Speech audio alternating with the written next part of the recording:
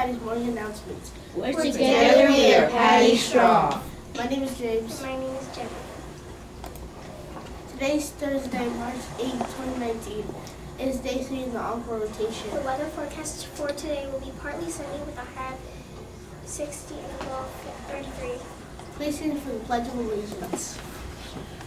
I pledge allegiance to the flag of the United States of America and to the republic for which it stands, one nation, under God, indivisible, with liberty and justice for all. Please remain standing for the moment of silence.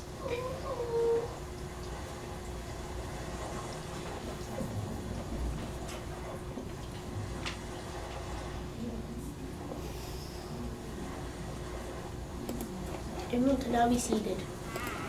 Don't forget to order your Patty books. The last day to order is April 8th. Only 11 days left to order. Now it's time for Ms. Luciani.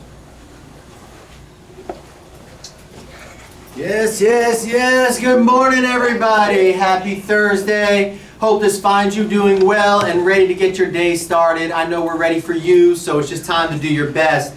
Quick note, I know we have a handful of teachers out today, boys and girls. That means you have different teachers in your classroom today, or your classes are split up. That means that you need, remember that control, focus and control, even more important today, guys. If your teachers have 30 kids in the classroom, they can't take care of everybody all at one time. You got to maintain focus and control and do your best. Look at your teacher and say to them, I'm going to take care of you today. I'm going to help you out.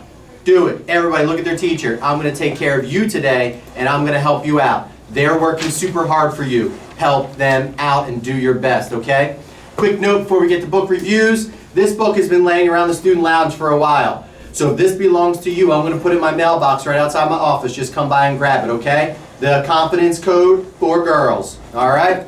All right, before I do our book review, because we only have one this morning, I want to revisit each kindness one more time. Because you know what I started thinking about?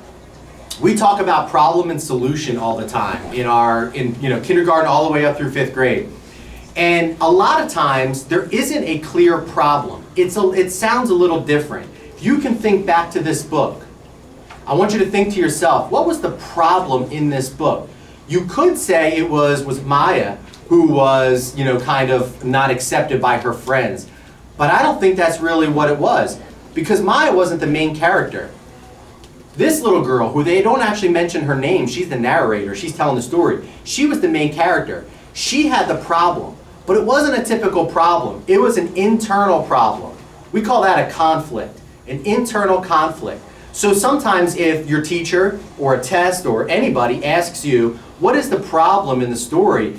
Also think about what the character might be dealing with inside that might not be really obvious. Okay, you fall, you scrape up your knee, that's an obvious problem. But if you're dealing something inside, that's not obvious.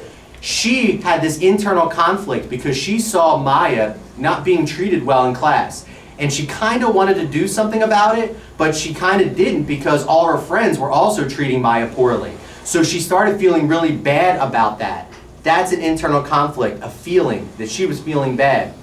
And then at the end, where I think she had what is typically called the solution, but I think it is it's not necessarily the solution, it's how the character changed. It's the moment where she realized she had that internal conflict or problem, and then she saw something different and changed her outlook or changed her mind. And it was that point in school where they did that pebble in the water to show the ripple effects of being kind. So just boys and girls, think about that. It's not always easy to just identify the problem and solution. Sometimes you have to really know the character. And that's why we talk about characters and their traits and everything else. So bottom line to all that, reading takes thinking. Gotta think. Everything takes thinking. But you can do it. So, with that said, I have one of our superstar first grade students who's been doing some thinking herself with her book. I have Eden from Miss Huswaite's class. Come on down, sweetheart. All right, let me see this book. I'm going to hold that up. That looks like an Italian name, like Luciani. What's the title of this book, sweetheart? Luciana. I knew it, Luciana. All right, Eden, tell me a little bit about this book. Luciana wants to be the first girl on Mars but she needs to learn how to be a good leader on Earth first. Wants to be a what on Mars? The first girl. Oh, first girl astronaut to get to Mars. That's awesome. That's really cool. So, would you recommend this book to everybody out there? Yes. Yes. Why? Because it teaches you a lesson that you have to work for something you want. Because you get nothing without working for it. Boom. I love that. Nothing is for free, boys and girls. Every single thing is earned. I love that. Not only that, I like to think she wanted to be the first female astronaut to land on the moon. So the other great thing about that story is you have kids, certain girls who aren't usually astronauts, dreaming big, right? And believing in themselves and believing that there is nothing that they can't do. I'm proud of you. That's awesome. You remember that too. Always work hard and always dream big because there's nothing that you can't do. Plus, she's Italian. I like that. Luciana, check it out. All right, Eden, awesome job. I appreciate it. Check it out, boys and girls. Have a great day out there. Don't forget, take care of your teachers. Together we are Patty Strong.